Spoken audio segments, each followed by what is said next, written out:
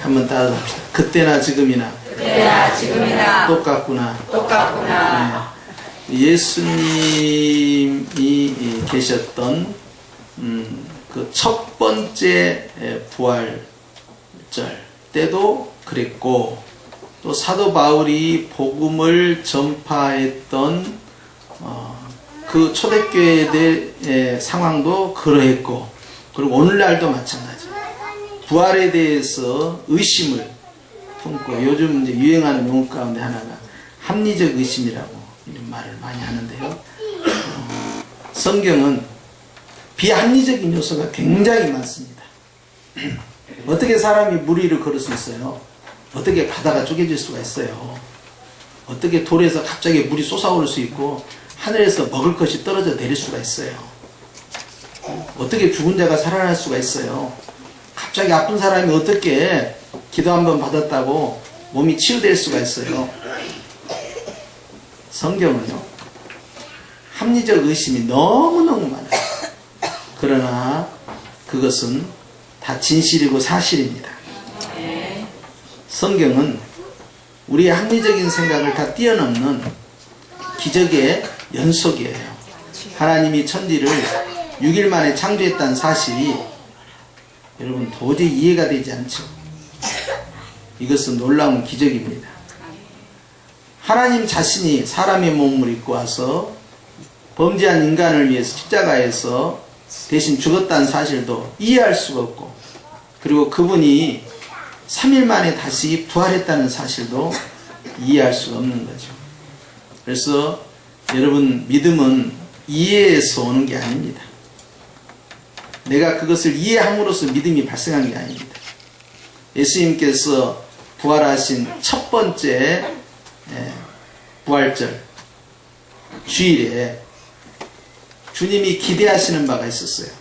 그 기대하시는 바가 거의 2000번이 반복되는 오늘 2018년 부활주일 우리 성형교회 가운데 그대로 적용되기를 축원합니다. 주님이 그 당시에 기대하셨던 것은 예수님의 부활을 믿으라는 겁니다. 할렐루야. 그런데 당시에 예수님의 제자들은 그것을 받아들이지를 못했습니다.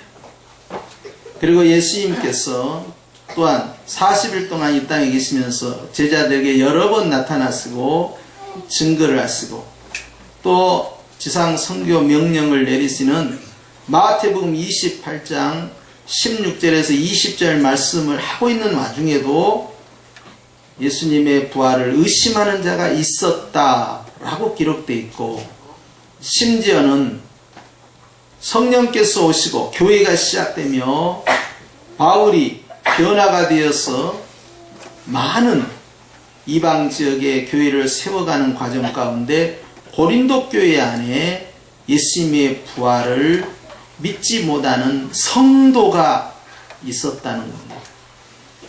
우리 교회는 그런 분이 한 번 더 계셔서는 안 되겠어요?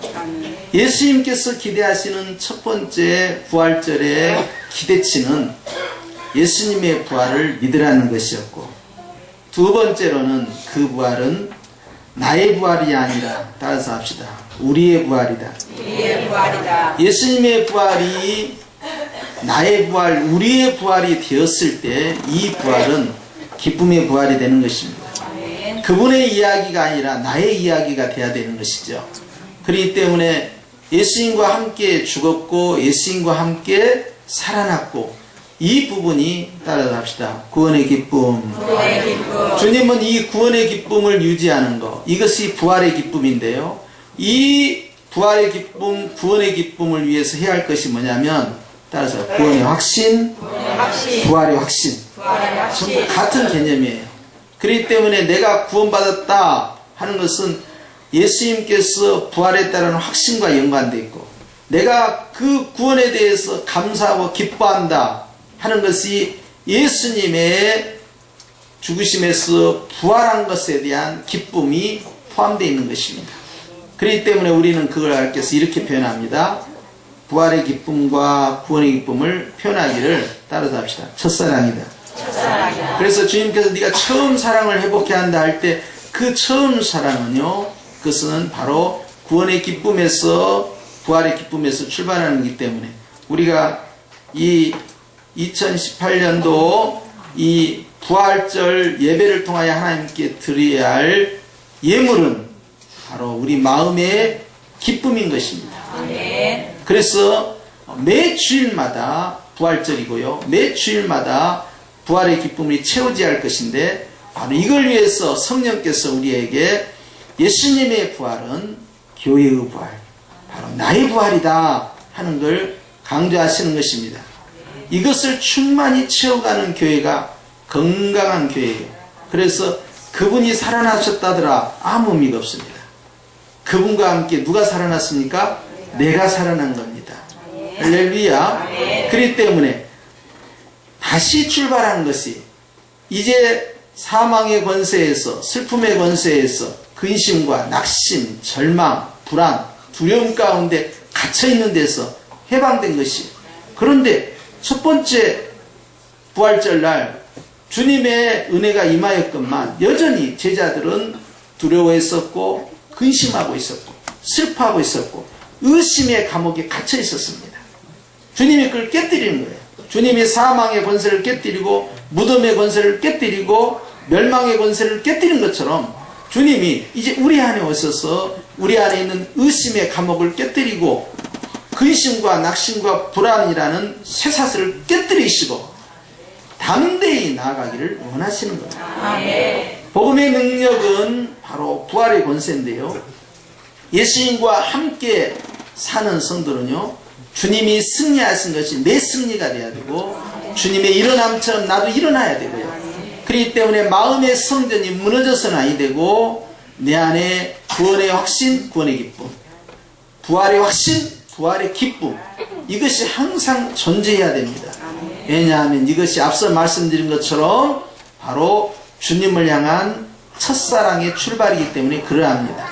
성도가 성도답게 살고요, 교회가 교회답게 살아가는 데 있어서 가장 중요한 것은 죽은 자의 하나님이 아니요 산 자의 하나님이라 하셨어요. 아브라함과 이삭과 야곱의 하나님은 죽은 자의 하나님이 아니라는, 즉 아브라함과 이삭과 야곱은 죽었다 살았다? 살았다는 이야기입니다. 할렐루야. 그들의 육체는 땅에 묻혀 있으나 그들은 여전히 살아있는 존재예요. 그렇죠? 그래서 산자의 하나님이라 했어요. 부활의 주님은 우리의 영이 살기를 원하고 우리의 육체가 살기를 원하는 겁니다. 우리의 삶이 살기를 원하는 겁니다.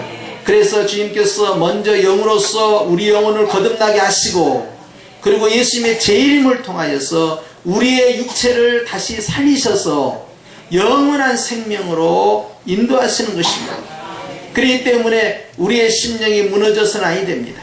이미 영적으로 거듭난, 영적으로 다시 살아난 우리의 삶이 무너져서는 아니 됩니다. 환경 가운데 다가오는 어떤 불안이나 어떤 위협이나 어떤 근심에 의해서 우리가 주저앉아서는 아니 됩니다. 나를 에워싸고 있는 어려운 문제로부터 우리가 갇혀 있어서는 아니 됩니다. 불확실한 미래 때문에 우물쭈물하면서 근심 가운데 앉아 있어서는 아니 됩니다. 주님은 일어나셨습니다. 주님은 나오셨습니다. 주님은 자유하셨습니다. 주님이 우리에게 원하는 것은 너도 그렇게 해야 된다. 좌우에 계신 분과 인사하시겠습니다. 우리는 살아났습니다. 우리는 자유합니다. 할렐루야. 그렇기 때문에 여러분, 내 마음에 나를 무겁게 하고 나를 흔들게 하는 것이 무엇입니까?